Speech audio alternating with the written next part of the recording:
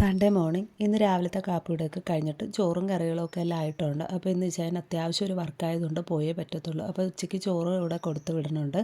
ഇലയിലാണ് പൊതിഞ്ഞ് കൊടുക്കുന്നത്. അപ്പോൾ അതിന് വേണ്ടിയിട്ട് ഞാൻ കുറച്ച് മുളകുണ്ടായിരുന്നു. ഇത് പാൽമുളക് എന്ന് പറയും. അധികം എരിവൊന്നും ഇല്ലാത്തതാണ്. ഉണക്കിയിട്ട് ഉപ്പൊക്കെ ഇട്ട് ഉണക്കിയിട്ട് പൊരിച്ചെടുത്തതാണ്. ഞാൻ മുഴുവൻ മുളകും പൊരിച്ച് വെച്ചിട്ടുണ്ട്. ഒരു കുപ്പിക്കകത്തിട്ട് വെച്ച് കഴിഞ്ഞാൽ നമ്മുടെ ആവശ്യാനുസരണം എടുക്കാമല്ലോ എന്ന് വെച്ചിട്ട് മുഴുവനും പൊരിച്ചെടുത്തു. പിന്നെ മീൻ കറിയും വെണ്ടയ്ക്ക മെഴുക്കുവരട്ടിയും മാത്രമാണ് ഉള്ളത്. അപ്പോൾ മീൻ കറി പ്രത്യേകിച്ച് എടുക്കേണ്ട, ചോറിൽ തന്നെ ഒഴിച്ചാൽ മതി. ഇലയിലായതുകൊണ്ട് നല്ല ടേസ്റ്റ് ആയിരിക്കും എന്ന് വെച്ചിട്ട് ഞാൻ അതുപോലെ തന്നെ പൊതിഞ്ഞ് കെട്ടി കൊടുത്തായിരുന്നു. പിന്നെ കുറച്ച് പച്ചക്കറി ഞാൻ രാവിലെ തന്നെ ഒരു വണ്ടിയിൽ കൊണ്ടുവന്നതാണ്, മേടിച്ചിട്ടുണ്ടായിരുന്നു. എനിക്ക് ആവശ്യമുള്ളത് മാത്രം അച്ചാറിടാനും പിന്നെ തക്കാളി അങ്ങനെ ഒന്ന് രണ്ട് ഐറ്റംസ് മാത്രമാണ് മേടിച്ചത്.